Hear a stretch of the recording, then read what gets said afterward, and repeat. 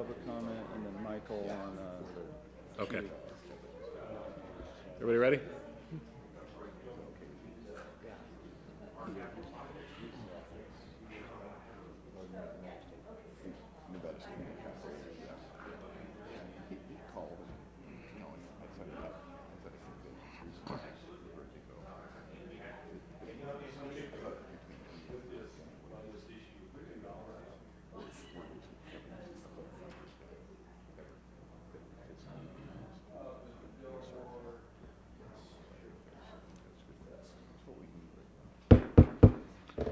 Okay, I'm going to call the meeting to order. Can we have the roll call, please? Here. Mr. Kerrigan, Ms. Cooney, Mr. Curtis, Mr. DeVold, Here. Mr. Dorch, Here. Mr. Finland, Mr. Hall, Mr. Hawkins, Mr. Humke, Here. Mr. Tretton, Ms. Weber, Ms. Zadra. Thank you. Mr. Chairman, if I can, you know, I did get a phone call from Jerry Hawkins, and he had a family emergency last night, so he let me know that he would not be able to make it today. Yeah, and Charlotte passed that message along to me also, so thank you. Mr. Trenton, would you lead us in the pledge? To the flag of the United States of America and to the republic for which it stands, one nation, under God, indivisible, with liberty and justice for all. Thank you. We're going to move to approval of the agenda. I'd like to move a couple items up. I know we've got one of the electeds that's going to have to leave early, and we need a quorum of electeds for O and P, so I'm going to move those up to right after public comment. And also item Q, I will move up to right after public comment. So OP and Q will move. Any other changes to the agenda? Second. Got a motion and a second. All those in favor? Aye. Opposed? Motion carries unanimously. Public comment. I do have one public comment card, and it's Michael Matry? Martinez? You can come up to the mic up here.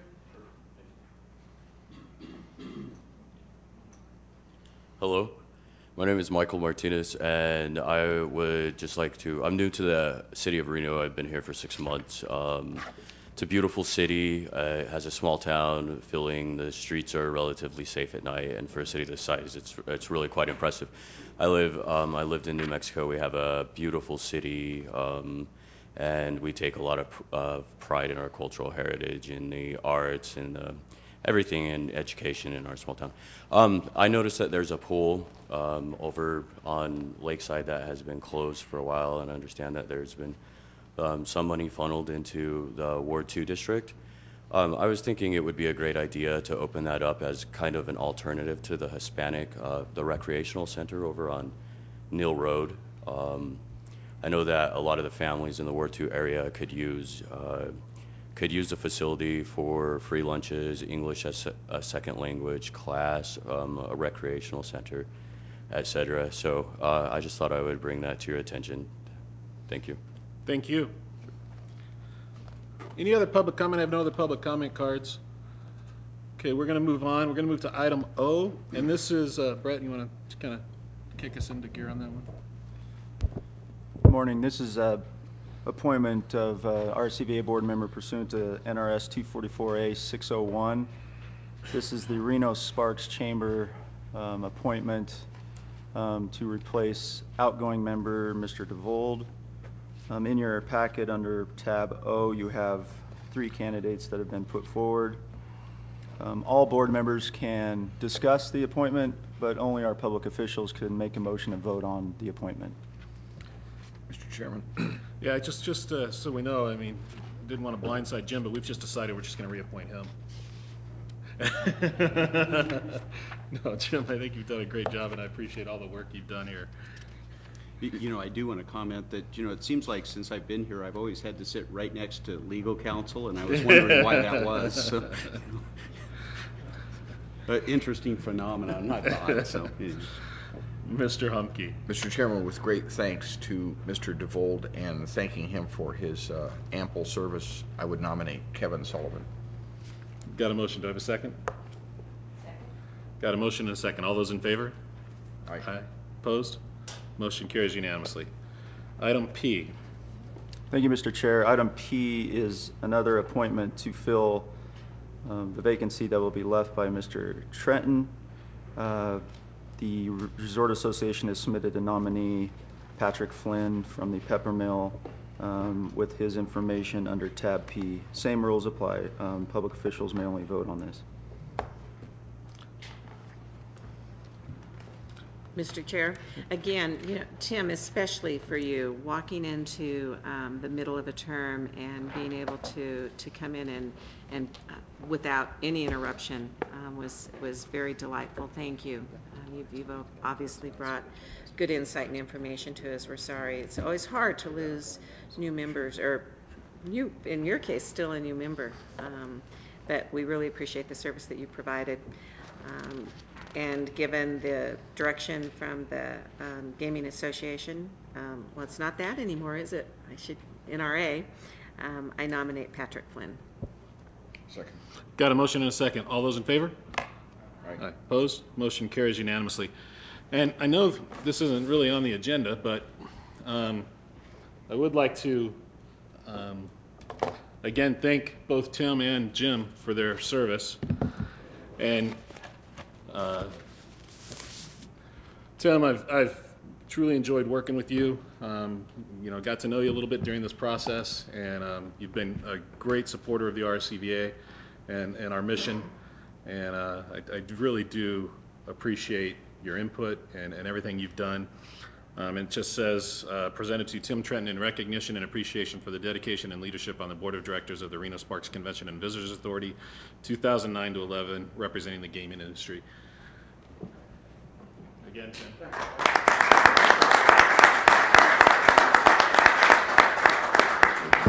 Let me just make a comment. I appreciate the kind words. I think this organization is at a real critical point in its being, and I think that the selection of the right CEO to run this organization and under the leadership of Councilman Dortch, I think that this organization can do really good things. So hopefully the person you select can be someone that can really build relationships with both Sparks and Reno at the highest levels, because I think that is needed to be successful. So I wish everybody luck, and it's been great, and I'm hopefully be back someday. All right, but I'll be around. Thanks, Thank Tim. you. Now Jim's a little different deal. When I took over as chairman, I didn't realize I'd be spending more time with Jim than I actually spent with my wife. And Jim's been absolutely fabulous to work with. I know we went through some tough times there, and Jim was someone I leaned on pretty heavy on a lot of the issues we were facing, and he was great support, and I truly appreciate all your help, all your work, and your dedication. I don't think anyone knows the time that you really put into this, and I certainly appreciate it. And again, it's presented to Jim DeVold in recognition and appreciation for the dedication and leadership on the Board of Directors of the Reno Sparks Convention and Visit Authority from 2007 to 2011, representing the bacon industry, and served as chairman of the Finance Committee from 2008 to 2011. Jim, thank you.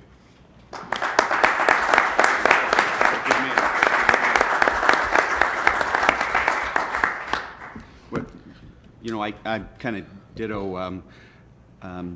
The CEO position is so critically important right now, and I think what surprises me is over the 4 years I've served on this, how much I really get how important tourism is to the community, and how important it is for our gaming and hotel industry core to do well. And I just really I'm going to cheerlead from the sidelines, and hopefully it's not too far from the center here. That I just really enjoyed my time and the relationships that I've been able to build with many of you. This has been a lot of fun, and a lot of challenges, but you know what? That's what makes it fun. So Dwight, thank you for your leadership. Sharon, your leadership, and I just wish everybody the best. Thank you very much. Anybody else? Comments? Okay. Let's move on to item Q, and this is a public hearing, so I'm going to open up the public hearing. Brett? Thank you, Mr. Chair. This hearing was properly noticed. 30 days notice were given to the public on this amendments to the regulations, the details of which Mr. Rivers will go into in his staff report. It was posted at various locations, published in the newspaper for 3 consecutive weeks, and all individual transient lodging tax licensees have been noticed individually and apprised of the proposed changes. And I believe Mr. Carano has a disclosure and will recuse. And just so I can kind of give them background on that, part of this, the regulation changes that we're proposing today, has come out of specific negotiations with the Silver Legacy. So the in excess of caution, I think Mr. Carano would like to disclose and recuse. But, thank you very much. The Civil Legacy has been in negotiations with the Rscva, helping the process along. I think it's been a real positive process. This taxation of packages has been an issue for years and years here with hotels and the Rscva, and so our staff, the Civil Legacy, I believe some other hotels participated in the process, and so with that, I'm going to go ahead and recluse myself from the vote so that I don't put myself in any kind of conflict. All right. Thank you, Mr. Chairman. Thank you. Brian, you want to take over? Sir. The regulations are definitely have been going on for a long period of time. I believe it's been about 10 years to get to this point, so we're very happy to be coming forward today to try to put this to bed before Mr. DeVold runs away from the board. With that, the major win here. Major win. I'm very excited. The significant changes to the regulations in Section 1 relates to definitions. We are adding group rebates and Rscva subsidy to the list of definitions provided. We're updating and deleting references to packages. In Section 3.1, we're making updates to reflect tax rate changes that occurred in 2009. Section 3.3 reflects taxable items. Again, there we're adding group rebates and Rscva subsidies. Section 4.1 relates to electronic filing of tax returns, and it adds language related to the online filing and electronic payment of taxes. We've been doing that for about 18 months. We just had not updated the regs to reflect that, so that language is now included in there. Governmental exemptions, Section 6.4.3, have been updated to reflect credit card changes to allow for exemption for using those credit cards. And then the largest changes are related to Section 7, which is packages, which allows for the deduction of nonprofit costs from the calculation of taxable amounts for package plans. And the formula and the examples are included. But really the crux of what this is if Mr. Scolari goes to the Silver Legacy, for example, and pays $100 for a room that includes, say, golf green fees to Wild Creek Golf Course. If the retail component of that room is $100 and the retail component of that golf package is $100, that would be $200 retail. And what we're allowing the properties to do is deduct those hard nonprofit costs. For example, green fees, ski, gaming packages, the payouts on those, and entertainment tickets. And that's really the significant change to the packages that we've been discussing with Mr. Pagni and the group of hotels downtown for really about 10 years now. And it's been vetted by the Attorney General's office that that's an allowable path to go down. We've discussed it at length and come to the value of this change being in the neighborhood of $100,000 in taxable revenue on an annual basis, which amounts to a little less than $9,000 to our coffers. And with that, I would be willing to answer any questions as it relates to this, and I believe Mr. Pagni may have turned in a... Yes, he did. Anyone have any questions before I go to public comment on this? Paul? In paragraph 7.1, which is where the formula is, the last paragraph talks about retail value of the room, looking for a way against it. In the next sentence, is any value advertised to the public for the value of retail account from the packet is rebuttably presumed to constitute the actual retail value of that component. No average retail value can be established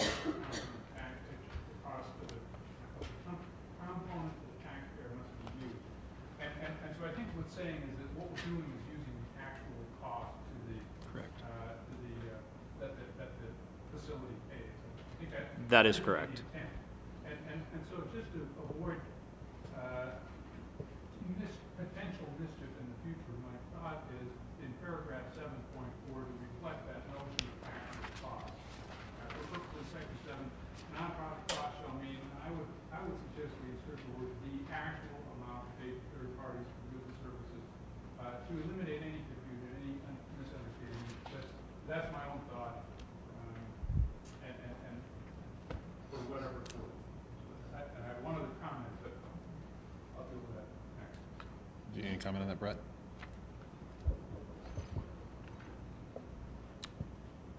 So you, in subsection 7.4, nonprofit costs shall mean actual amounts paid to third parties. Is that what you would propose? Okay. Yeah, and the reason I say that is because if there's a potential deal made between a golf course operator and a facility whereby the retail cost is $200, but you know what, tell you what we're going to do, we're going to go ahead and do this, that, or the other thing down the line, and the actual cost is really something else.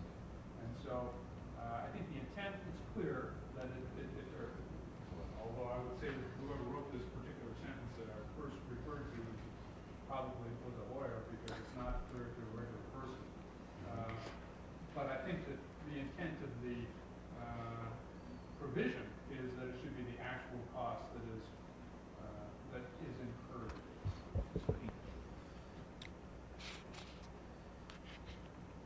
You good with that? I think it's a reasonable change, and maybe when we hear from Mr. Pawnee, if he's Okay. has any comment on that, I'm okay with that change. Anything else, Paul? The only other comment that I have, and this is simply a comment, and I know that it's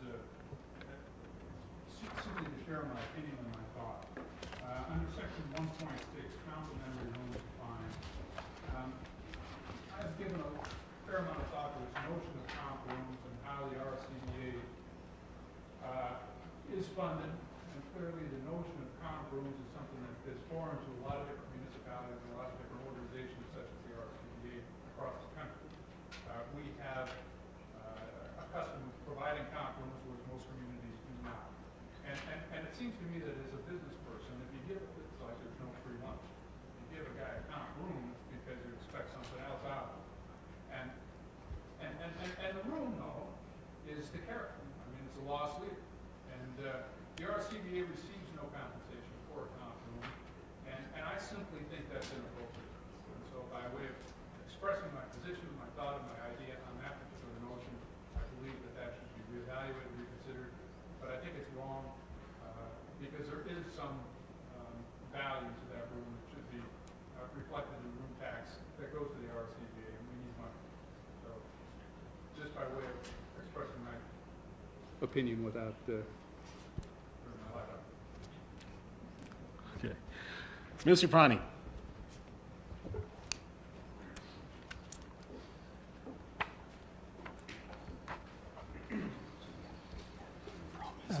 Thank you, Mr. Chairman, members of the board. Michael Pawnee, McDonald Corona Wilson, on behalf of the Silver Legacy, El Dorado, and Circus properties. As staff has indicated, this is the culmination of about 10 years' worth of efforts to provide some clarification to the regulations on how room taxes are assessed and collected. On behalf of these properties, we support these changes. We believe they provide some much-needed clarification in the areas of package programs. For your benefit, the methodology for calculating the value on packages is the same methodology that the Nevada Gaming Control Board uses on the entertainment package piece for a package. So it provides some consistency with the regulations that the hotels have to satisfy on the gaming side. It also provides some much-needed clarification on complimentary rooms. And a new issue that came out of an audit, as Mr. Scolari indicated, that recently happened with the Silver Legacy on how you treat the subsidies and rebates. There was no clarification in the regs before, and absent that clarification, it was difficult for the operators to know how to treat those. So we support these changes. I do want to make a special note of thanks to Joe Kelly and Brian Rivers and their staff for moving very quickly in bringing this matter to a close, and we very much appreciate their cooperation. On the one comment that Mr. Curtis had about adding the word actual on section 7.4, we are fine with that change as well. Thanks, Michael. Any questions for Mr. Pani? Thank you. Thank you. Any other public comment? I have no other public comment cards on this item. Anybody else here wishing to speak on this? Okay. Any other comments from the board? Questions? Jim? You know, I kind of want to circle back to Mr. Curtis's comment regarding, you know, collecting a tax on a complimentary room. I think that would start another 10-year war. That, you know, I think I understand what he's saying, but, you know, I think the you know, the gaming properties are already looking at another way to help fund some capital improvements for us, and I think this is, you know, while I understand what you're saying and appreciate that, I think for them to be able to do something for us on the CapEx side of things, I think is something that's more than fair, in my opinion anyway. That's just, again, just my personal opinion, and I appreciate your comments and suggestions, and, you know, really hope that we can get this 10-year battle across the finish line today, because I think that's kind of my closing salvo. I'd love to see this this happen. And same thing, I really want to thank Brian Rivers and Michael Pani for, you know, kind of sitting down in the same room and unemotionally having a nice conversation about how do we get this thing fixed, and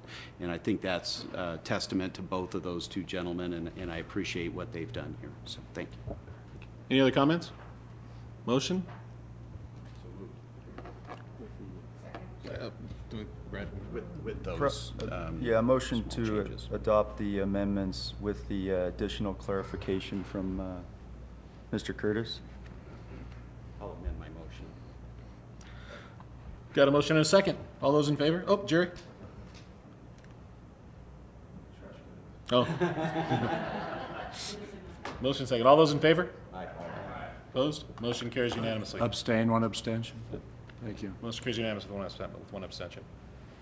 Okay, item 5A, review and approval of the minutes. Any changes or corrections? If not, I'll entertain a motion. Second. Got a motion and a second. All those in favor? Opposed? Motion carries unanimously. President's report. Mr. Kelly. Excuse me. Thank you, Mr. Chairman. I'll keep my remarks brief, and if you have any questions as I'm going through, please feel free to jump in and ask those. First, on the good side, as most of you all are aware, the Reno Rodeo's in town, having outstanding crowds, big evenings. It does final this next Saturday, and it's been an exceptional run. So very, very pleased with all the rodeo activity in town. Bob Feist roping was Monday, which is always a big event for them, as well as Perry DiLoretto's roping on Tuesday and his all ladies roping on Wednesday. So between the special events and the actual rodeo each evening, it's been a great week. Secondly, and if you do have questions, I'd be happy to answer those, or Chairman Dortch. Most of you all are aware that at the end of the legislative session, in working with the City of Reno and the Nevada Resort Association, primarily in the downtown properties, we were able to, the City of Reno was able to convince the legislature to pass some enabling legislation which allows the City of Reno to actually collect an additional $2 per room night for all no comp rooms, for all paid room nights within the downtown area. That actually includes it's the 7 properties that have a non-restricted gaming license, which would include the Sienna, the Calneva, Sands, Harrah's, Silver Legacy, El Dorado, and Circus.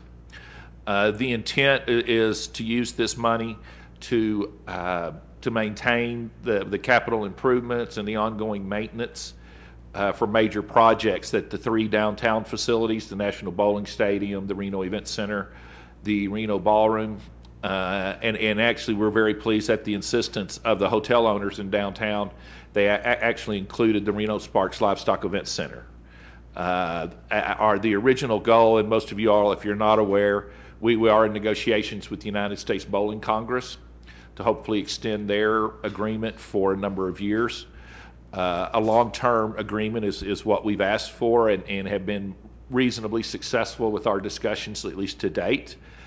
And one of the things, or two things that USBC has been is critical to USBC, I guess I should say, is they would like to see the National Bowling Stadium renovated, and as well as the city of Reno, if they're going to sign a long-term agreement, that there actually be a dedicated fund so that the city of Reno is actually able to keep up and keep the bowling stadium fresh.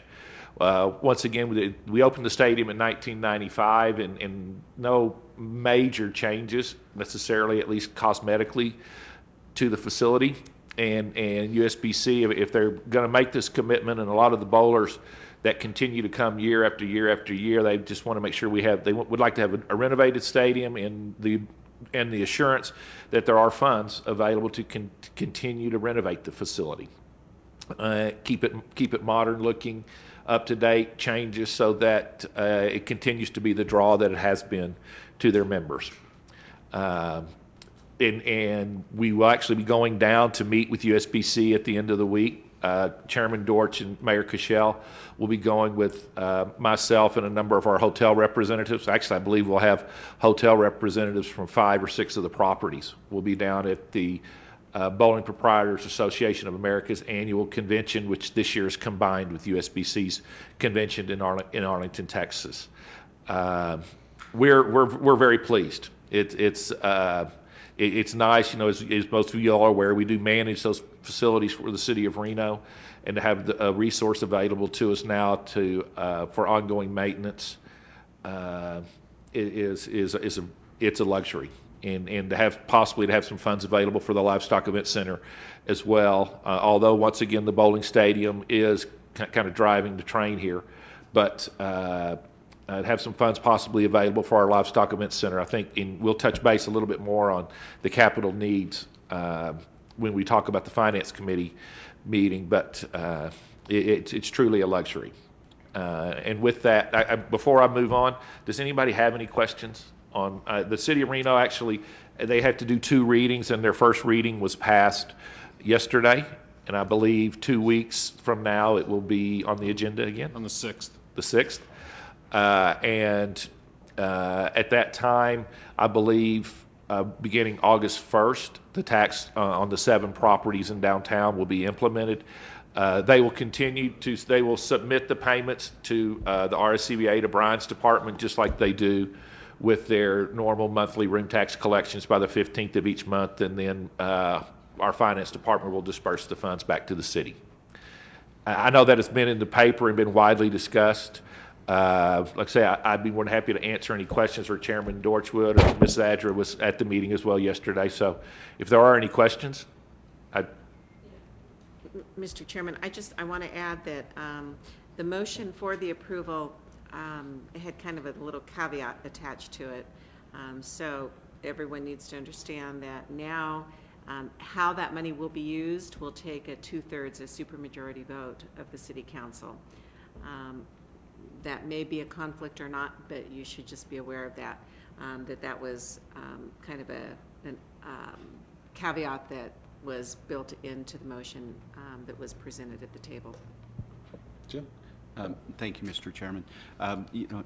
Just from my perspective, I think this is something that if we could read it into the minutes, I know we can't take like a formal resolution or a vote that we fully support this, but just from my perspective on the Finance Committee and where we're just so short on CapEx dollars to continue to maintain the facilities, I think this is crucially important that this gets passed at the Reno City Council, and I'd appreciate anybody that has the time to go and testify and support that. I know that's probably not not overly important to you guys, but at this point, but you know, just as chair of the finance committee, outgoing obviously, but you know, I think this is a crucial thing for us to do, and I appreciate the property owners that have agreed to do this, and thank them from the bottom of my heart. Thank you. Yeah. And, go ahead, Paul. Just a quick clarification, perhaps it was sort of answered there. Is it the intention that the money would be earmarked, essentially the additional money would be allocated to reserve funds and maintenance funds for those specific facilities? Is that what contemplated? Or I was a little confused with Sharon's comment regarding the 2/3 supermajority as to how the money is to be used. No, it is specific, that it has to be used for the capital projects on those 4 facilities. So it's in. Yeah, and I think the key is that, I think the reason that the 2/3 majority was put in, one council member requested that to be added, that there was some concern that money wouldn't be spent for maintenance for the event center or the ballroom. It was all going to be focused on the livestock event center and the bowling stadium. No plans have been put in front of anyone, you know, and you know, as we were going through this process, there was a commitment also made that we work with the properties that really, it was a voluntary tax that they put on themselves. They came and said, look, we need to take care of this issue. So our commitment to them as we went through the process was, we'll include them in how the money's spent. And I think it's what we're going to put on the agenda, probably, I'm thinking in July, is to kind of put that committee together that will include stakeholders and probably a couple council members that will analyze, you know, we'll meet on an as-needed basis, that will determine where the money should be spent and how it should be spent, so that the people that actually volunteered to do this have an active voice in how the money's spent. And Mr. Chairman, I mean, I think I heard at the meeting yesterday from some of our fellow council members the word city-owned with emphasis. They're concerned about the event center, And livestock so event center. that's why I suggested if you do come to speak, make sure that your testimony specifically makes reference to the LEC. Right. So that that's also on the record. I mean, we know how the legislation was passed. I'm just telling you what was expressed by some council members at the table. So, Beth? Point of clarification, I think I'm getting this straight, but the RSCVA is collecting the tax, but the city of Reno has full control over how that's spent. Yes. Because it is a city of Reno thing. Right. Okay. But And we then do want to how- put that subcommittee together that makes the Okay. recommendations to the council. Okay, and then as far as the board, the RCVA board, we would not be involved in any of that process as to what's determined as needed. You know, how is that going to be driven? Is that going to be something that Joe, or the new CEO, will drive as far as, you know, putting this group together, or will it be something that comes out of the committee that you're talking about? You know what I'm saying? Yeah, I mean, who's in charge of making this? we haven't put this together? committee together yet. Okay. But my recommendation for the committee is that the city council members that sit on it would be the RSCVA board members. I don't know, I haven't talked to Sharon or anyone else about that yet. But whoever the RSCVA board members are the people that I think should sit on that committee from the city council. Mike? Just to follow up on Sharon's, statement, you guys only own 2 things down there, in the R3? Okay, but you don't own the bowling stadium nor the livestock event center. We do own the bowling stadium. What's that? We do own the bowling stadium. Oh, the Reno does own the bowling stadium? Okay, so the only one that we really have to worry about is the livestock event center. So it appears to me that from what Sharon's saying, that one probably will get knocked out of the... I wouldn't say that, Mike. Okay. I mean, because, there was a strong emphasis from the properties that the livestock event center was included in this. And I'll make that argument day in and day out, that was a, you talk to the members of this board that were there. No, I'm very appreciative as sitting on the RCVA because you didn't have to do that because that is, in fact, the one that's owned by the RCVA. Right. So, but I can see some of the council people's position on that. I really can. So, Glenn? But thank you. Mr. Chairman, I'd like to kind of go back a little bit here. This, as we look at our budgets with the RCVA, there's no maintenance for anything here. I mean, we're dire straits in regards to maintenance. So this tax was really to go out there and do 2 things. And I got to commend Joe Kelly for really charging on this bowling thing. And he's actually created this whole thing in regards to going out and trying to create business for the next 20 years in Reno, Nevada. And if I just looked around and let you know, if we didn't have the bowlers in this community right now, we'd be hurting pretty good. And that's just not the Silver Lacey, El Dorado Circus. It's everybody around town. The bowlers go every place. The Lance department will definitely prosper from it. So in the end of the day, this is a neat way of going out there and taking care of the facilities because this organization here, we don't have the money to do it. And furthermore, to talk to the Livestock Event Center, we feel that that's a facility that's totally underutilized right now, and it needs some help. We need some help a lot of different ways out there, but there is the reason for doing this is to ensure that we're going to have facilities that could be competitive in the future. Okay. Yeah, I would just like to echo Glenn's comment. There was a lot of good work done on this, led by Joe Kelly, the mayor, and Councilman Dortch. And now we have a revenue stream that will be earmarked for these facilities because we cannot compete with the facilities currently. You know, we're losing business at the Livestock Event Center because of it's an inferior facility. Now we have a revenue stream that is earmarked for capital improvement. So this is a good thing for everybody and for people. You know, we sat in meetings and people said we don't benefit from bowlers. Everybody benefits from bowlers in this town. Everybody. You know, they're staying at everybody's hotels, and if we lost them, we'd be in dire straits. So this is a lot of good work, and I appreciate the leadership that Mr. Dortch and the mayor and Joe Kelly did on this. Well, I certainly appreciate those comments, but I'll tell you right now, to get this done at the last minute the way we did was truly remarkable, I think. But it would not have happened had it not been for Mr. Trenton, Mr. Carano, and the rest of the stakeholders. When we walked into that room and I think we had 5 or 6 of the 7 properties, either the owners or CEOs in that room with the legislature. I mean, if they weren't there, we would have never got this on. So, I mean, I know people have mentioned, and Joe did a great job, not taking anything away from Joe, but if you guys hadn't been there and hadn't stepped up and walked into that room and given your commitment, we would have never gotten this done. So I appreciate your efforts and your commitment to get this done. I mean, I truly believe if you guys hadn't been there, we would have never been able to get it done. So, Mr. Chairman, I'd like to ask, what role does a facilities committee play in all of this? You know, I'm involved with the facilities committee and haven't heard anything, and so I'm hoping that the facilities committee will be part of this whole process. well, I think that's going to drive a lot of it. My opinion is, you know, the facilities committee is there to determine what needs we have at those places, at all of our facilities. What's that? Yeah, and then you would submit them to us as a whole, and then whoever the board members are that are on that committee would take that forward. I mean, that would be my thought. I'm just hoping that it hasn't forgotten, because that's what the committee is in charge of. No, and in fact, Joe and I have talked a little bit about that to some degree. I mean, with our long-term plan for the facilities. So, Just to clarify one more time, who will be leading the charge on what needs to be done, how we get it done? Will that be, it'll just be this group, or will it be, will it be the Rscva?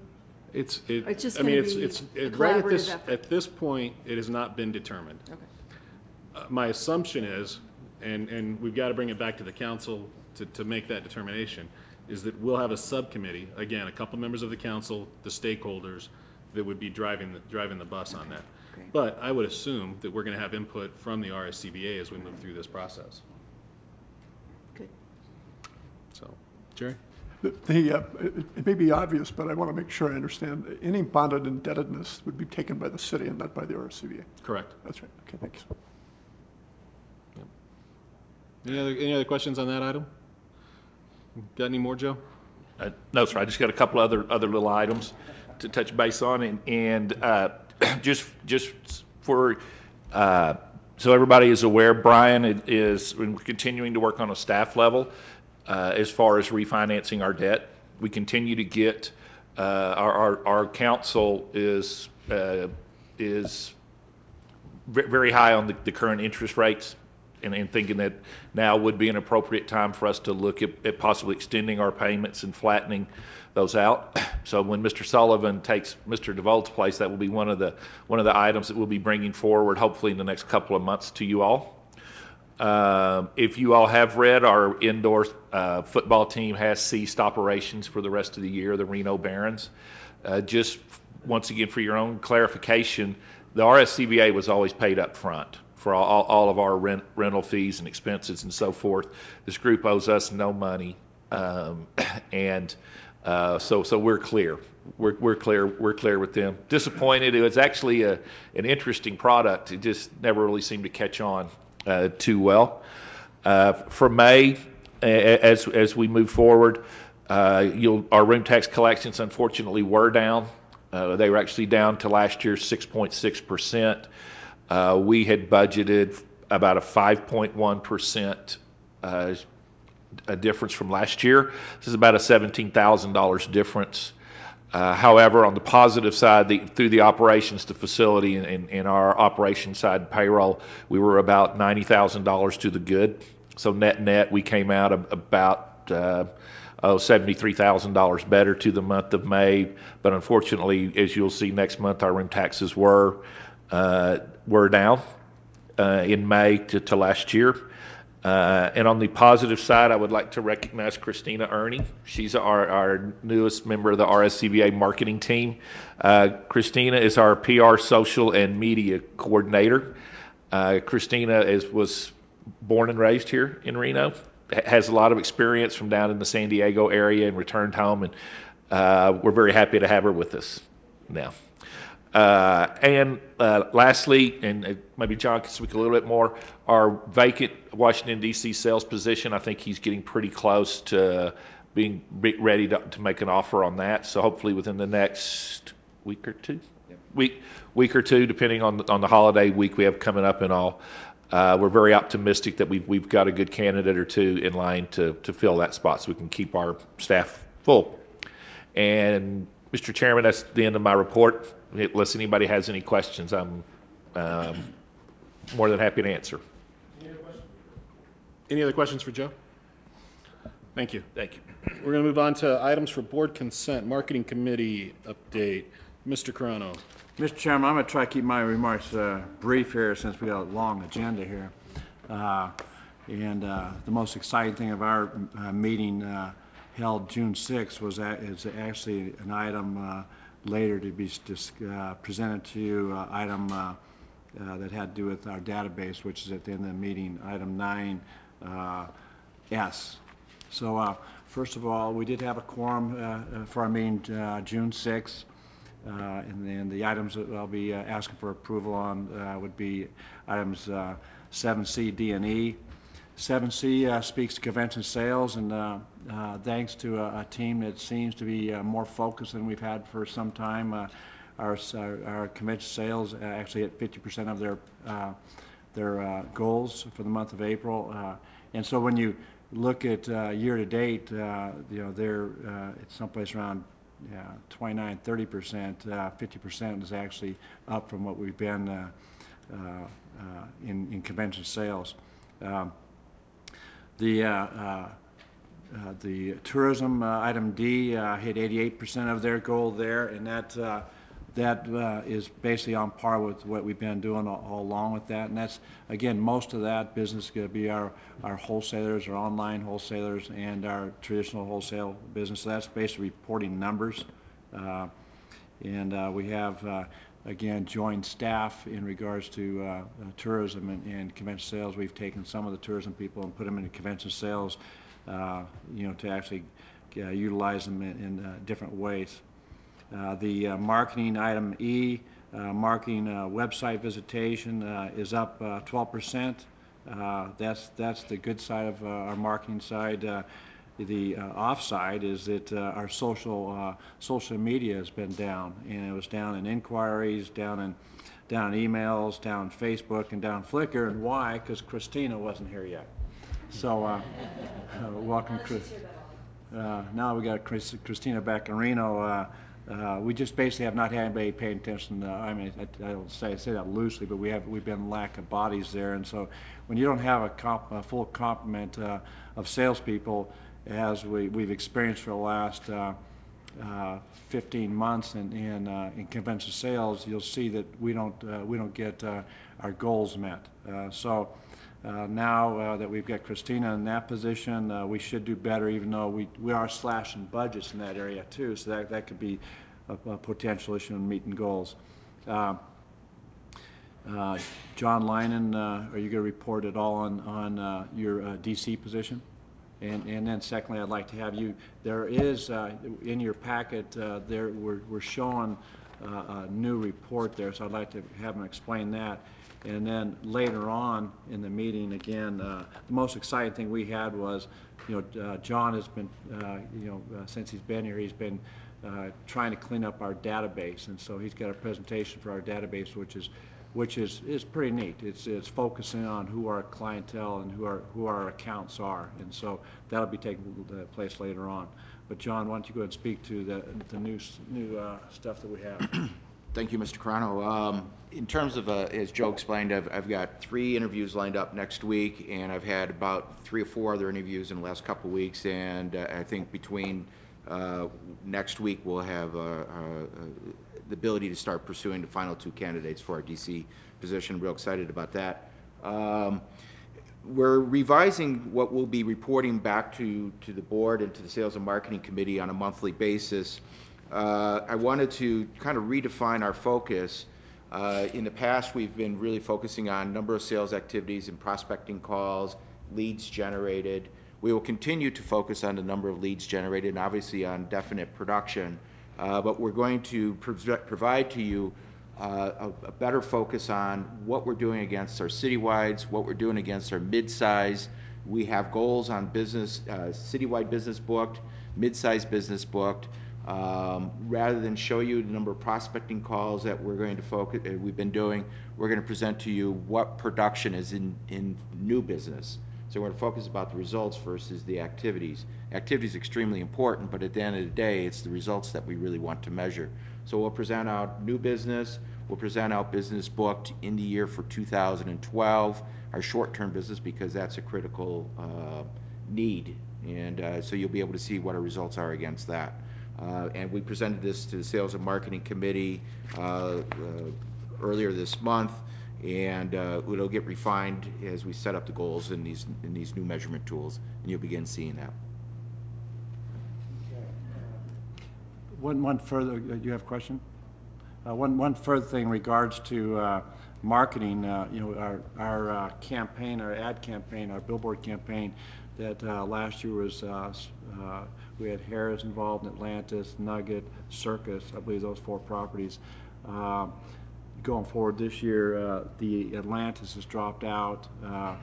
The El Dorados jumped back in, jumped into the program in conjunction with Civil Legacy, and I believe Harris is not in the program going forward. So the Nuggets in, Circus in, Civil Legacy, El Dorado, I believe, is that correct, Jennifer? So we'll continue the billboard and marketing campaign in Northern California with that.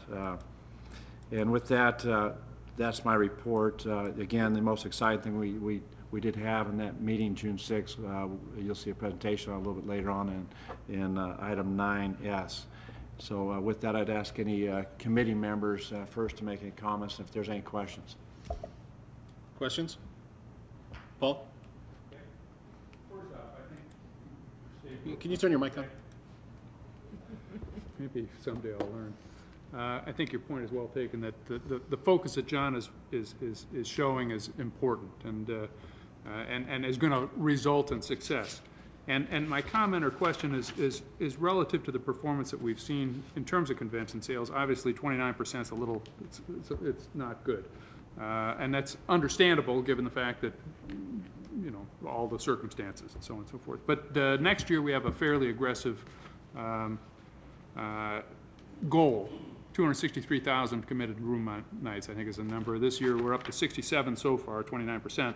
And I want to understand when we get to the next fiscal year, we should be. I mean, we see a lot more of those 29%. We're going to start getting nervous. So, is it likely, in your opinion, John, that with the refocus, with the full complement of staff that you're anticipating, that we should be seeing more closer to 100% a goal on each month? Or when how soon are we going to be able to tell how well we're doing? I mean, I look at the 29%, I've grown, I say, okay, well, I understand why, we're gonna do better. When can I start to see better? All intentions are to make that goal of 285,600 room nights. 285,600. Yeah. We need to improve our performance. Certainly, this year was by no means what we need to do for this destination. In terms of realizing that potential, there'll be a ramp-up period, because I've got over half of my staff starting since April. So my projection is that we will start to see the higher percentage achievement closer to probably somewhere around December, January, because they've got to get through and build up the ramp-up times. You got to remember, our closing cycle on our larger pieces of business take time to develop, and that's the area that really needs to build our base. We've got a good pipeline. I like where it's growing. It takes time to build that pipeline. You know, with the new players in Chicago, new players in our Southern California, Western region, and the new DC person that we got coming in our small meetings, they're all working really hard to get that ramped up. Getting that pipeline built and then closed, it takes a good 5 months for them to get their wheels turning in 6 months. So. Well, and please don't misunderstand me, and I mean to be critical in any way, shape, or form. I think what you're doing is great. It's just that from a finance perspective, I think it's important for us to recognize that if we're not making our goals, it does have an impact to the overall financial position. Oh, and so we need to be, you know, we need to make sure your goals are realistic, right, in terms of the anticipated committed room nights, so that as we move forward, we know that we're going to be able to not have a big surprise at the end of the year. Yeah, that's my point. I'm convinced that our goal is realistic. Yeah, based on our historical production and based on the needs of the destination, this is the right goal. And we got the right players to go do it, and we got the right plan to go do it. Any other questions or comments? Mr. Chairman, to that point, I think one of the vital things is having a team in place and making sure that, you know, John has a full complement of staff. And I can tell you right now, we haven't had a full complement of staff since January of last year. And it probably goes back a lot further than that. So, I mean, if we can have a full complement of staff, we have a chance. We have a chance. I mean, that's the best we have a chance. And with John's leadership, and we just got to keep John going, make sure he's going down the right track, fill that position in Washington, D.C., and then as a community, jump on board. One further thing is what's going to continue to have success in our convention center out here is to make sure that this place gets maintained, and that's the issue for the future. But with that, Mr. Chairman, I would submit my report and hope for acceptance on items 7, C, D, and E. Move to approve. Got a motion and a second. All those in favor? Aye. Opposed? Motion carries unanimously. Mr. DeVold, your last Finance Committee report. Mr. Chairman, it's very bittersweet. You know, before I jump into that, I wanted to compliment Mr. Leinen and Mr. Kelly. I was fortunate enough to go on a little luncheon where we were attempting to generate a fairly large piece of business, in my opinion, and got a chance to see Mr. Leinen in action, and I was very impressed, and I think we're a very lucky group to have him. So, John, thank you, nice job, and Mr. Kelly also, nice job. So, anyway, hopefully we'll see that piece of business book. More importantly, thank you for the lead. Oh, you're welcome. Well, I wasn't fishing for a compliment. No, but that's honestly, I was really just kind of making sure that you guys understood how much I appreciated you jumping on that and being available. So anyway, under tab F, for those of you on the computer screens, it's page 31 is what I wanted to look at under tab F. This is our insurance coverage renewal with Wells Fargo Insurance Services.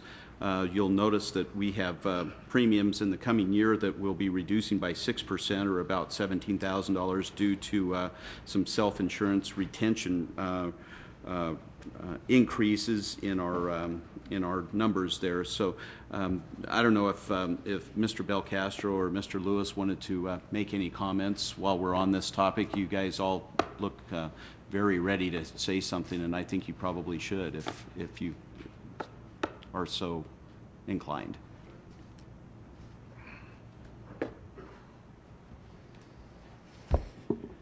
Thank you, Mr. DeVold, Mr. Chairman, and members of the board.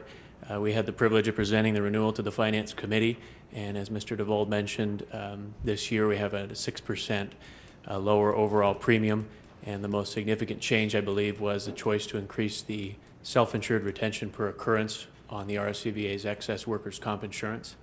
And for the record, so I don't forget, Brandon Lewis with Wells Fargo Insurance Services. There weren't many other changes. We continue to see some rate reductions in the insurance.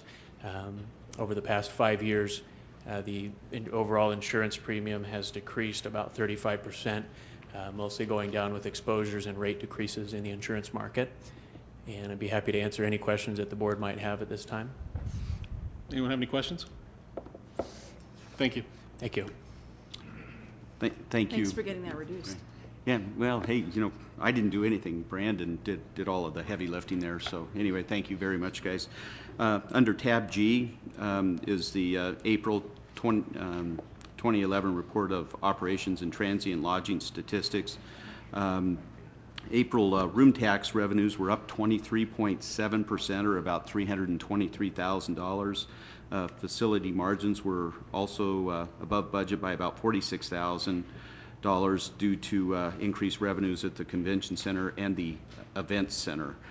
Year to date, we're running about 2% better than projected budget, or about $489,000. Really good news there. I chalk it up to Dwight's leadership, so that's pretty nice. Room tax collections are $930,000 better, or about 6% better than expectations. Another nice trend here on a year-to-date basis. Cash occupied rooms are also over budget by about 1.2%. Cash occupancy is about 35.6%, or about 1.5% better than expectations. Cash average rate, something we've been kind of struggling with a little bit, is $2 over budget, or at about $72.48. And year-to-date facilities revenues is $400,000 below budget. Expenses are also below budget significantly by about $1.7 million. And year-to-date margins are better than budget by about $2.2 million. Primarily, room tax collections are exceeding budget. We've rescheduled some USBC site fees. We've got decreased payroll, unfortunately. Promotional and advertising expenses haven't yet materialized.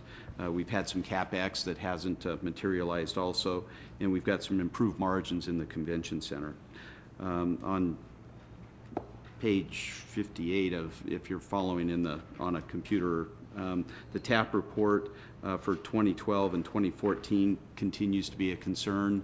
You know, with Christina being hired, you're going to fix that, I understand, so thank you for doing that. Appreciate that. April consolidated summary of revenues in excess of expenses was $1.2 million. We projected about $754,000 net, and we're up a little bit from the prior year also. Convention Center lost about $413,000 year to date for the 10 months. Hopefully everybody finds those individual reports much more user-friendly, and I think I have. Mr. Rivers, thank you for doing those. And then the rest of the info you can kind of run through and see those in the rest of those reports. Under tab H, this is a Rscva fund balance policy, and this is kind of an important component. Just kind of as a background, February of 2009, the Government Accounting Standards Board issued Statement 54, and basically what they're saying is fund balances in the general fund need to provide cash flow, liquidity to fund operations and absorb revenue fluctuations. Typically, they ask for no less than 2 months of regular general fund operating revenues and between 10 and 30% of general fund expenditures. We've been running at about 23%, so we're on the slightly higher side of that fund balance requirement. And you'll see several changes and amendments to that fund balance policy. And Mr. Rivers, if you have any additional comments, I'd welcome those. Maybe I've covered them so You hit the high completely. points there. Okay. On the fund balance, basically, they've made changes to change the classifications to the 5 that are listed: non-spendable, restricted, committed, assigned, and unassigned. And this is just a policy to comply with the changes that will be required to be reflected as of June 30. You know, and I think really this is a prudent management policy. Again, you know, they're asking for between 10 and 30%, and we're at a 23% level, so I think we're doing a very adequate job there. Under tab I think what I'd like to do is maybe enlist Mr. Kelly's help on the 5-year capital improvement plan. And I think there's, I don't know if you've got these in slides, Joe, or if you, okay. Yes, sir. I think we can pull it up. I don't know how large we can get it, but it's behind tab I in your book. Yeah, that's good. At Mr. Kerrigan's request at the May Finance Committee meeting, he asked to see our capital outlook plan for our facilities. So we went ahead and put the report together for not only the facilities that we own, but also the facilities that we operate. Probably even more pertinent now as we had our earlier discussion on the capital funds that are made available, that will be possibly made available to our facilities here in the very near future. We take our capital plan for each facility and we break it out into 4 different categories. First thing that we break out in the most important are life safety issues. Next, which I think are pretty self-explanatory, life cycle or just improvements that you would like to make on an ongoing life cycle basis. Carpet, chairs, carpets needs to be replaced, chairs, roof repairs or new roofs, parking lots, things of that nature that are just ongoing capital needs. Efficiency improvements and revenue enhancements. A good example of that would be, for instance, if we found the need to purchase additional audio-visual equipment at our convention center because there was demand within that department for us to rent that and turn that into a revenue generator. And our last category is we also identify what we refer to as major improvements. Can you scroll down? We do the summary sheet, and then for each year we break it out. Now, obviously, on most of these occasions, these aren't funded. But as a good example, if you could look at the convention center, for instance, for this upcoming year, you'll notice some of the items. You know, the malfunctioning cameras, which is a life safety issue from the video system or our security system. Exterior paint and refurbish the east side of the building. The A concourse roof, we're actually moving ahead on that. We do have a few funds still left over from the 2001 bond sale. Just a little bit of money left, and I think it's about $600,000. And this new A concourse roof will bite into that, and that's the major expense as far as capital that we project for this next year, and that actually we are funding. And then, as you can see, under major improvements, the purchase of additional chairs, which we will not do this next year. And then we also list it's the expansion feasibility study. It isn't something that we necessarily are. It's a good thing to have, and always have people looking at your facility and how you can improve it. But that's something we won't be funding this year. And then if you go on, and I'll just do one more. If you look at 2012, 13 year, some of the items that are listed, you know, for instance, under your life cycle, you know, replace concourse and lobby carpet for $600,000. The exterior paint, the convention center in particular out front, I don't know if you all have noticed that, but our blue is rapidly turning into gray. And that's something that's going to need to be addressed at some point before too long. And I don't know that I necessarily need to go over each one of the facilities, but primarily we wanted to make sure that everybody was aware that we do have a 5-year plan for each facility. Brian, can we scroll down? I want to just to touch base on a couple of the questions. Let's go to the Reno Event Center is the one I'd like to. The Reno Event Center is one that the city has identified as that we can use the $2 additional tax on. So let's go to one more, if you would, please. And if you look at some of the projects, the first one is extending the rigging grid. The rigging grid is obviously where we hang sound, lights, and all the heavy equipment for production. It only goes out to about a third of the way in the event center. When we do shows that are outside of the rigging grid, it's a bit of a safety hazard when you have to bridle to actually hang from your points. It's so it makes it not only difficult, but also it's a bit of a safety concern.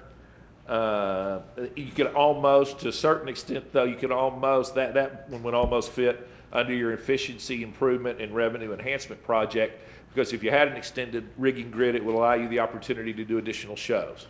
We'd be able to do concerts in the round. We'd be able to do concerts on a half house, and you'd be able to do like a Cirque du Soleil show that we're not able to accommodate now at the Reno Event Center. If you extended that rigging grid, that would be that would allow you the opportunity to do additional business.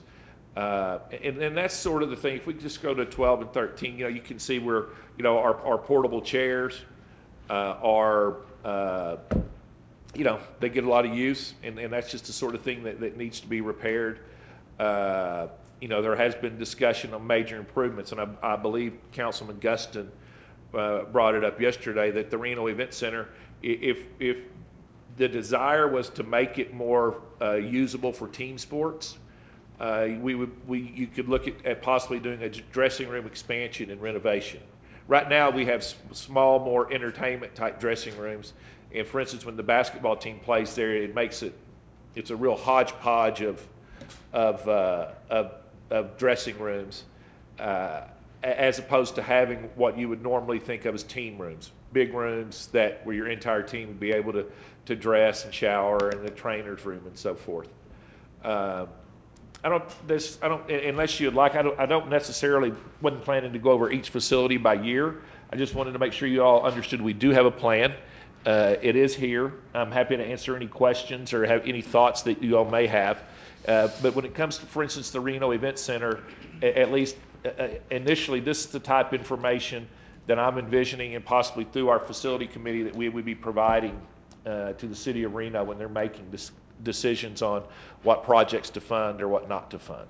So we do keep the plan. It's an ongoing plan. It's just good business to have, and it's it's nice that we'll be able to fund some of it here in the future. Mr. Kerrigan.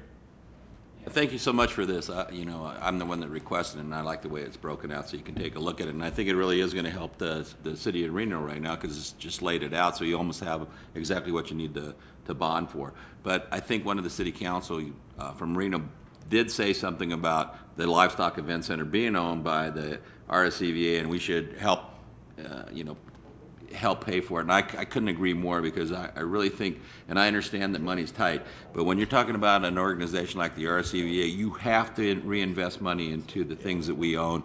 It's just like if you own a truck or a car and you don't want to go out and buy a new one, you're going to have to fix it up. And so the next time that we go through the budget cycle, I would really like to sit down and say, where can we squeeze some more money out for capital improvements?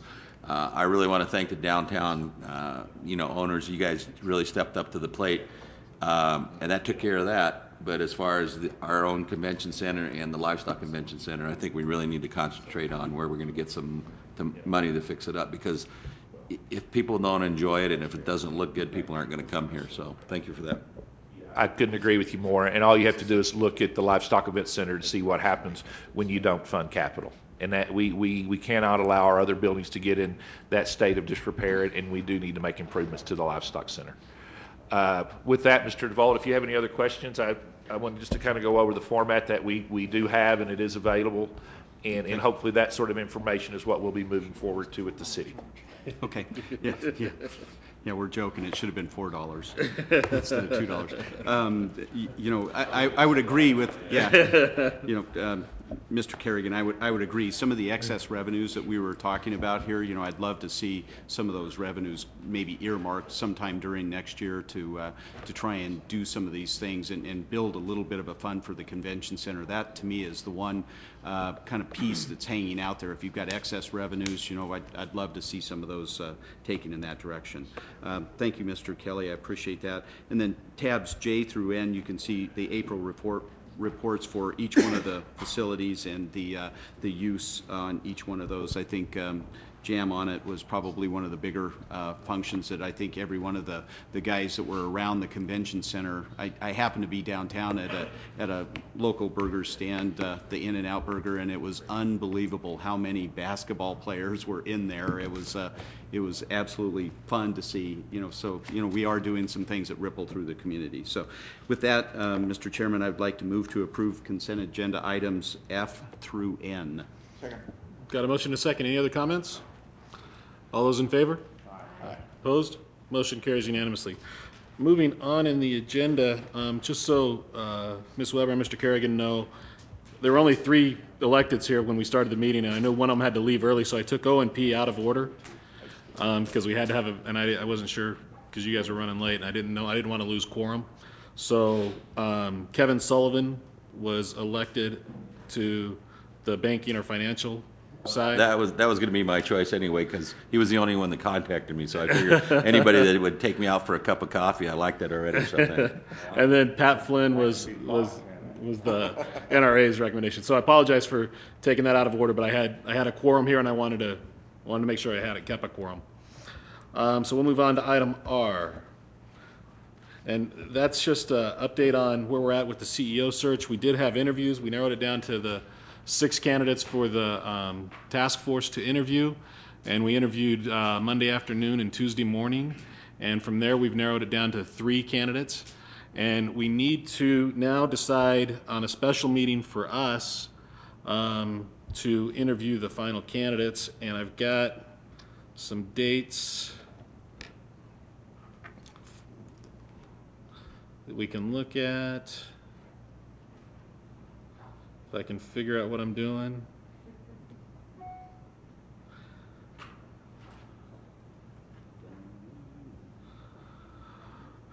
We're looking at the week of 17th through the 21st. Our meeting's on what day, Joe? Okay. We're on the very last. I think it's like the 28th. Right. Whatever that last Thursday is. And I'd rather not do this at a regular board meeting. I'd rather do it at a special board meeting, interview the candidates and make our decision. So we're either looking at the 17th through the 21st or the 26th through the 29th. So we could do it the same week as the board meeting. And I don't know how we want to proceed with that. I don't know if we want to try and make a decision right now, which is, I mean, I would prefer to go that direction, but if we want, we can have Charlotte poll everyone and see what dates make sense. I mean, if everyone's got calendars, do we want to just set a date? Mr. Chairman? Yes. I'm curious what the practice has been in the past in terms of negotiating a contract. If as an example, we were to meet on the say the 19th, would you envision a 2-3 week negotiation period to get to a contract? In the past, the way it's worked is once the board has decided to make an offer, they've authorized the chair to negotiate the contract and bring that back to the board.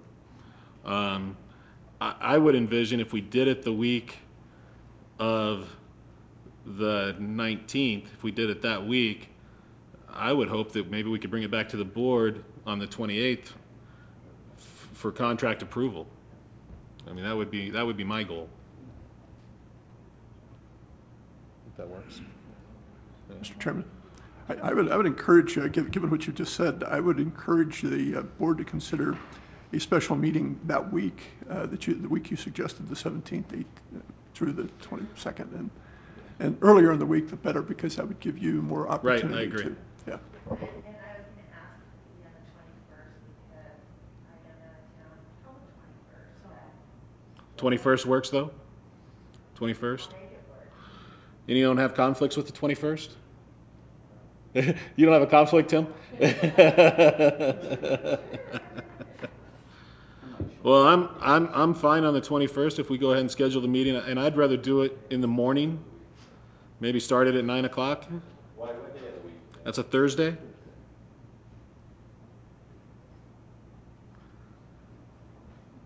So we allow adequate time for the interviews. So start at 9 o'clock in the morning on the 21st.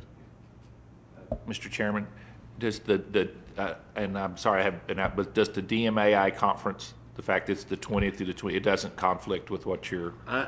What I've got, we were worried about that originally, but I got the email yesterday that said that those dates should work. Okay, fair enough.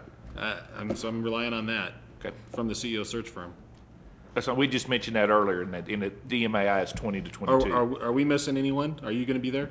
I think John's going to be going, but no, sir. I just wanted to make sure you mentioned that one earlier. That's the only reason I asked. Okay. So.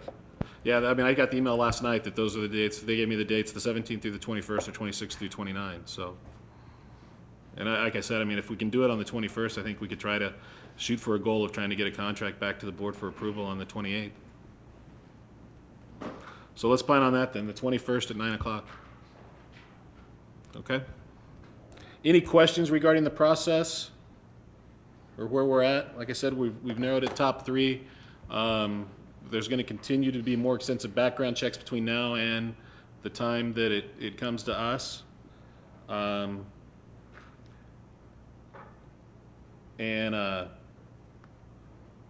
We should, as soon as the firm confirms with the 3 candidates that they're okay with releasing their names, we will have that information out. Everyone will get a packet on their background, their resumes, who they are, probably a week prior to the interviews, so that you can review all that information prior to the interviews.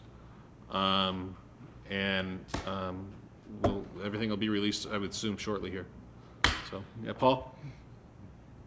If we're contacted by any of the potential candidates, are we allowed to speak with them?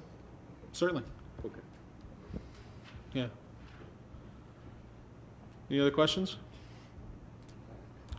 Okay, we're moving on. Updates, item S, Mr. Leinen.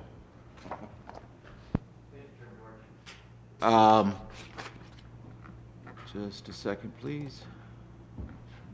Where is the show? I'm not seeing it. Oh, there it is. Okay, good.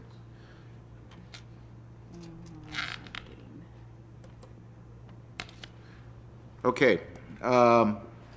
One of the projects that was very important that we fix is our database. Our database has been pretty much in a disarray for many years. As a matter of fact, the company that I turned over to have him look at our database indicated that we were probably in his bottom third tier of how the database was arranged and organized and up to date and that kind of thing. So we need to really make sure that our database is focused and that my salespeople have the right accounts that they're focusing on and things like that. And so I went to this company, Meeting Database Institute, and we gave them our database to sort out and assess and prioritize and help me create focus and identification. The goal of this process was to identify our top accounts, understand what brings them here, their performance, et cetera, and get my sales managers to be focused on those accounts that have the highest potential for production. Also, we need to make sure that we have our people deployed against the right territories, the right size accounts, what's going to be the most effective for driving our room nights, and then also to be able to leverage this data for marketing resources, advertising, and trade shows, and account relationships, and things like that.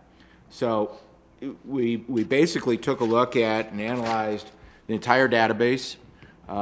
We looked at what the feeders are, where they're coming from geographically. We looked at what type of size they are, citywide, mid-size. We broke things down for analysis by salesperson, and then we graded the performance of our accounts by recency, which means when were they last here. Frequency, and that officially is not a word, but you know, we'll go with that. Frequency, which was how often they've been here, and room night production. So, you know, I'll explain a little bit more about that as we move on to the conclusion here. Historically, and this dates back to 1994, we have 1,771 accounts that have produced for us, and that's about 1,600 contacts, and that's about 6.2 million room nights. This is with bowling included. I'm going to skip to the next slide, and it shows you the impact of bowling since dating way back to 1994. 6.2 to 4.5 million room nights. So when you take a look at this, there's 1,767 accounts out. 3,600 of these room nights or accounts have produced. I'm sorry. Let me start this over. 1,700 accounts have produced out of the total number of accounts that were in the database of 10,000. So we've got about 17% of our accounts are producing. I'm not sure what that number should be, but that's where it is historically right now. And in our average transaction size is coming in at about 1,250 room nights per transaction. This shows you, and to Mr. DeVold's comment about our TAP report, this shows you the number of definites that have been produced historically, and you could, this is without USBC, and you could see starting in 2012 through 14 where we have some really serious pace issues. This is the biggest part of our focus, and is a critical issue. And this is just transactions. This is not room nights. When you get to room nights, and this is without bowling, you could see historically where we've produced. 2012, we have 181,000 room nights on the books. And remember, this is also a year that we do not have Safari. You can kind of see what the impact of Safari has when they're on the books, because they come back in 2013. So this 180,000, this is an area that we need to focus on booking some short-term business. Historically, we produce about 50 to 60,000 in the year for the year. So this base should bring us up to, you know, what, 240, somewhere in that range, if we produce historically what we do in the year for the year. The good news is we've got about 16,000 room nights that I see closing in the next 90 days for 2012, and we got a pretty good pipeline going there, and you'll see why we're doing some of our deployment against our short-term business. Hold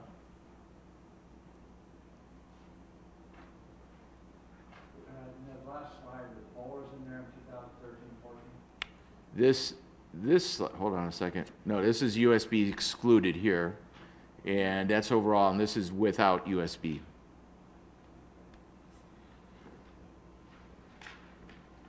Any questions so far? This slide just kind of gives you an idea of what the production is by month, and in terms of transactions and room nights. Again, you can kind of see what the impact is of Safari and how that ranks overall the year. You know, you take out these swings here, we're pretty level throughout the course of the year. And then down here, traditionally in our industry, August is a slow group business, you know, because of a lot of the vacations and things like that. And in the meetings industry, December is always one of your slower months. But the real heart of it is where are we focused? This is our production by segmentation. You can see trade, commercial, business services represents 14% of our production. This would be groups like Safari would fall into there, groups like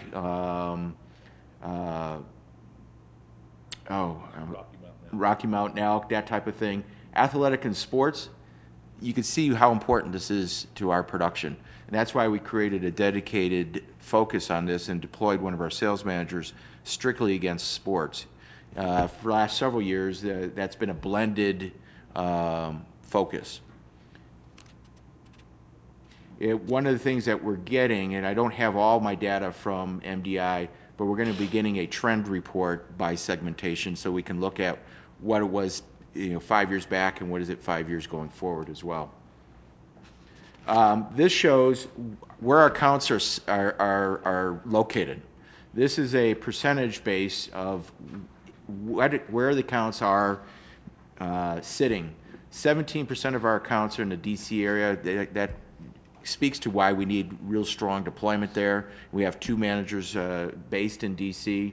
The Midwest base represents about 21% of our accounts that we currently handle.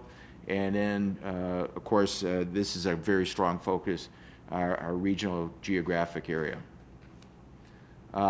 This is production, number of definites by state, not room nights, number of definites. So you can see that 19% of our production is coming out of the DC area, 16% out of here, and 11% out of here. These are our sweet spots, so to speak, from a geographic standpoint. And this is room nights without USBC coming out of our geographic areas. Again, speaks to why DC is such an important focus, as well as in this particular area. This is Safari. They're based in Tucson. This is most likely worldwide distributors. So when you take out individual accounts, these 2 states aren't really as strong as they look. And then this shows you our deployment by region. Now, keep in mind in this particular area, this Northwest was individually focused. I blended it with Connie and Julia so that I can get other focused deployment. But Julia, which was a new deployment against small meetings, this is her core market. So we really do have 2 people deployed here. It looks like there's only 1, but Julia, her core focus is right in this particular, right in here really, for the small meetings. Any questions on this so far? This will show you production by facilities. So number of transactions. The convention center is representing 34% of our transactions on a historical basis, and the hotel is representing about 58% of our production, and then we drop down considerably with the other facilities. But when you look at it from a room night perspective, 55% of our room nights is driven by what goes into the convention center, and 24% of our production is driven by what goes into the hotels. This again really emphasizes how important it is that my sales team is focused on booking the convention center, because it really drives demand in the destination. And you can see also what the impact is of bowling on the overall production. This slide really helps emphasize what I did with my deployment. If you look at this, from a peak room night, you could see that if this 1,000 to 2,000 rooms peak represents over 20% of our production.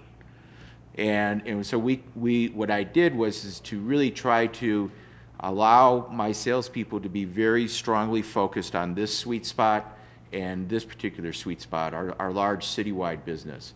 And you look at the small meetings, this drives about 12% of our production, but what I'm going to show you here represents about 27% of our transactions. So when you have this number, this volume of small meetings, that takes up a lot of time. So this really helped me clarify how important it is that we have a small meetings manager. And that currently is defined as 150 peak or not or below. So you look at this number here, this is the number of peak rooms. The number of transactions is really high. The return isn't that high. So I wanted to make sure that I've got that time eater well managed. This is a sweet spot. This is where the number of transactions and the number of room nights converge to create a real strong return on investment. And that's a peak block around 250 to 500. So what I did was I took the salespeople, I took the small meetings, focused them on one sales manager, and then I took the citywides. Look at this, 12% of our production comes from potentially 1% of our accounts. We need stronger focus on our citywide deployment or our opportunities. And then the real core is in this mid-sized business. So by taking this out of the picture and taking this out of the picture, most of my managers are focused right in this area, which should hopefully give us greater return. Any questions so far? The accounts in the system with over 2,000 peak, we only have 200 accounts in our system. And in our prior deployment, I had 8 managers trying to chase 200 accounts when they actually also had another 1,000 accounts in their focus. That's another reason why we took the citywide deployment or focused strictly on a citywide deployment. And then in that sweet spot of that 850 to 2,000, we have 460 accounts. The best thing that's going to come out of this project working with MDI is that their database is about 225,000 accounts. We had 10,000. From this project, we will get a base of accounts that aren't in our sites yet. So we'll get maybe, and I don't know what the number is going to come out at, but we may get another 300 and some accounts that will be primarily in this wheelhouse here.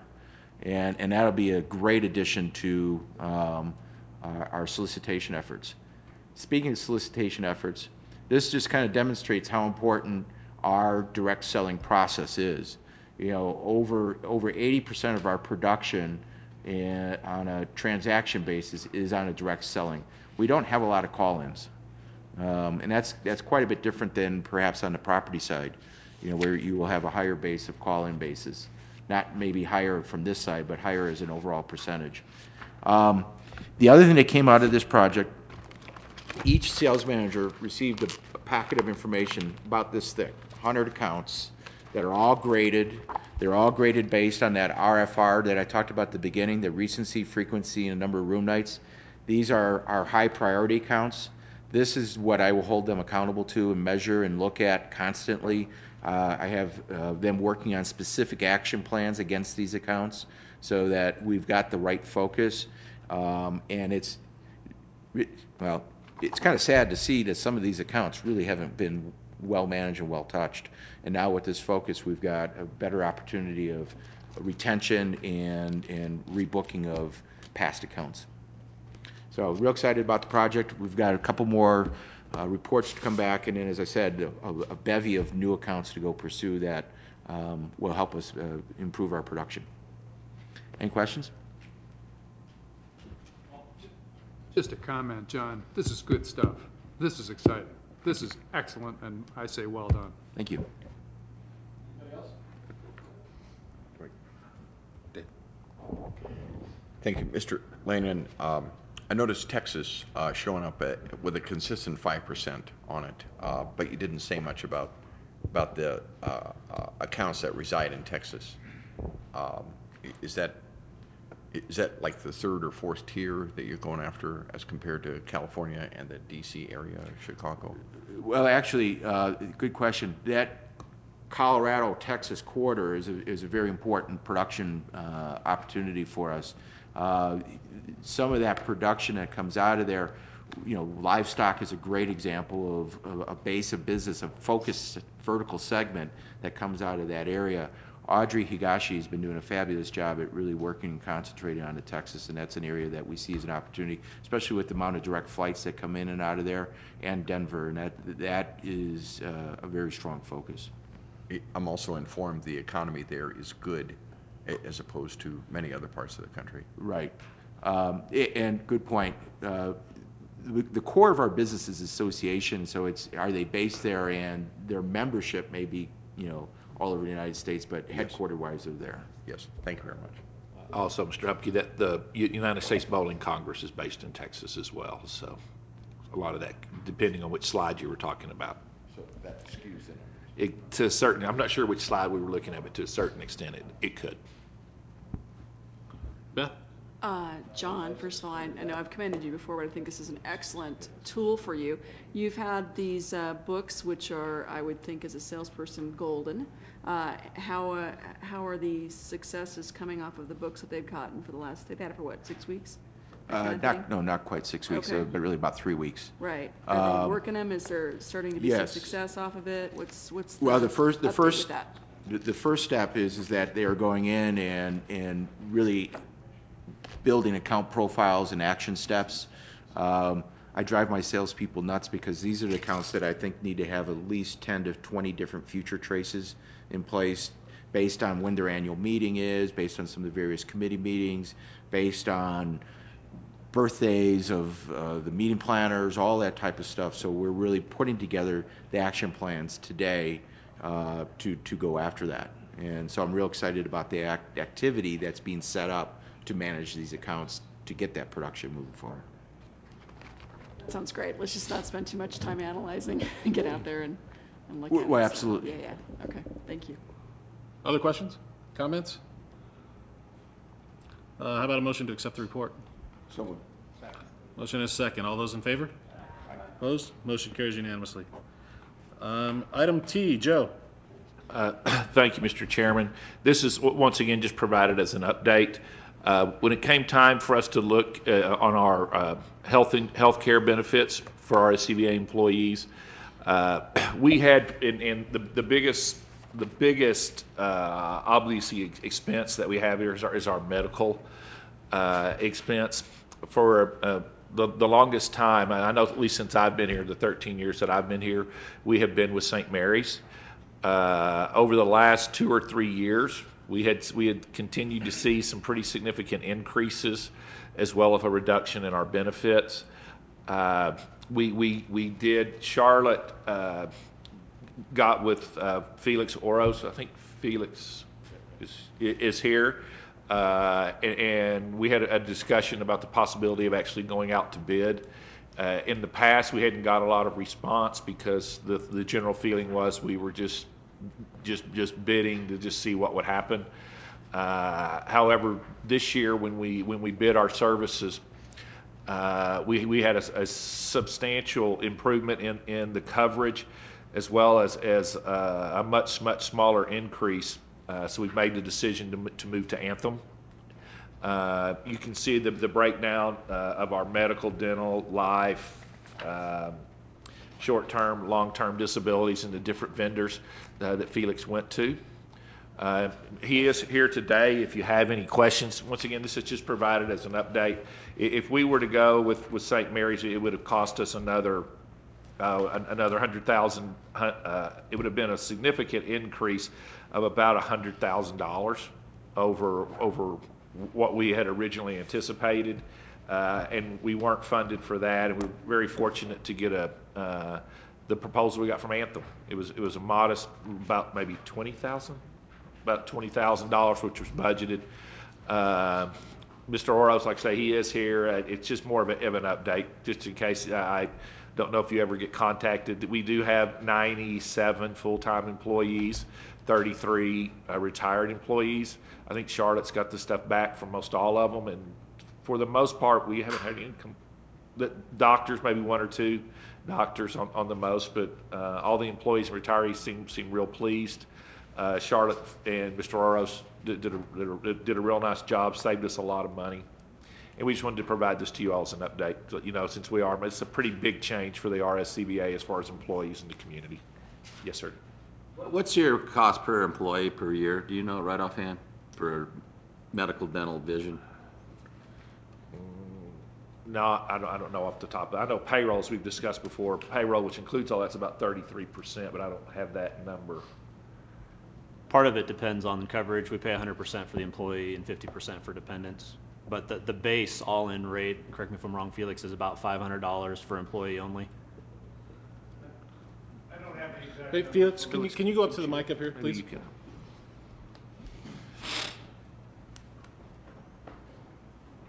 Morning, Mr. Chairman, members of the board, staff. My name is Felix Soros. I'm the president of Advanced Insurance Solutions, and we're the broker of record for the Reno Sparks Convention and Visitors Authority.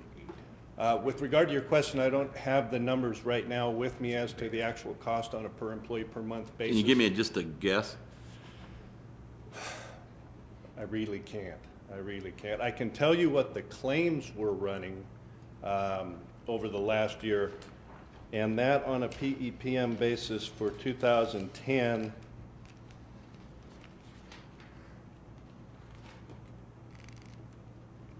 was $347.57 for medical, with an additional $75.90 on pharmacy, so close to the $400 range just on the claims cost. That doesn't include dental, life, LTD, STD. So as Brian said, probably close to the $500 range. Thank you so much. Brian, is that something you could get an email out so that Mike's got that information? Yeah, I appreciate that, and that has nothing to do with the RCVA and everything to do with the city of Sparks, because I like to compare on how much we pay at like $9.4 million a year for medical, and we only have 475 people working for us, so you figure that one out. Thank you. We can provide that. Did I hear you say that that the RCVA covers 100%, so there's no employee contribution towards the cost of For employee the only, coverage? that is correct. If you So, add dependents, it's 50-50. I don't know how everybody else feels in this room, but I don't know any organization that still does that. City of Sparks. City of Reno. Government, they do? Okay. Well, in the private world, it's, yeah. U.S. So that might be yeah, something we should look at. Beth and the U.S. military usually have to get shot to get coverage like that. So I say that all the time. Well, I mean, these are extraordinary times, and we have extraordinary budget issues. I'm not so sure we shouldn't look at that in the future. Seriously. Some contribution would be helpful. It doesn't have to be a lot. Sorry, but Washoe County, we are now asking our employees to contribute. So it's not a lot, but we started off last year at $25 per pay period, and now it's up to $45 a pay period. David? Thank you very much. I just wanted confirmed, yes or no for the record. Is the RSCVA subject to mandatory collective bargaining under state law?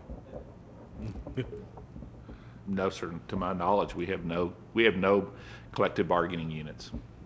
Okay. I think that makes a difference for the elected policymakers around a table, and that's what we see.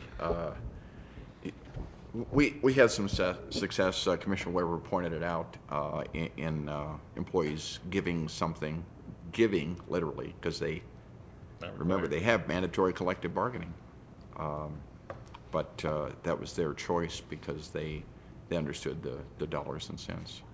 But that's. You are in an apples and oranges situation, Councilman. Thank you. And I would add, without those collective bargaining units, a number of them over the last 3 or 4 years were getting cost of living increases as well, which the RSCVA has not been privy to, as well as this year, 12 days of furlough. So, Any other questions or comments? Thanks, Joe. Thanks, Felix. Items for future board meetings? Anybody have anything? Any board member comments? One more motion. Got a motion and a second. All those in favor? We are adjourned.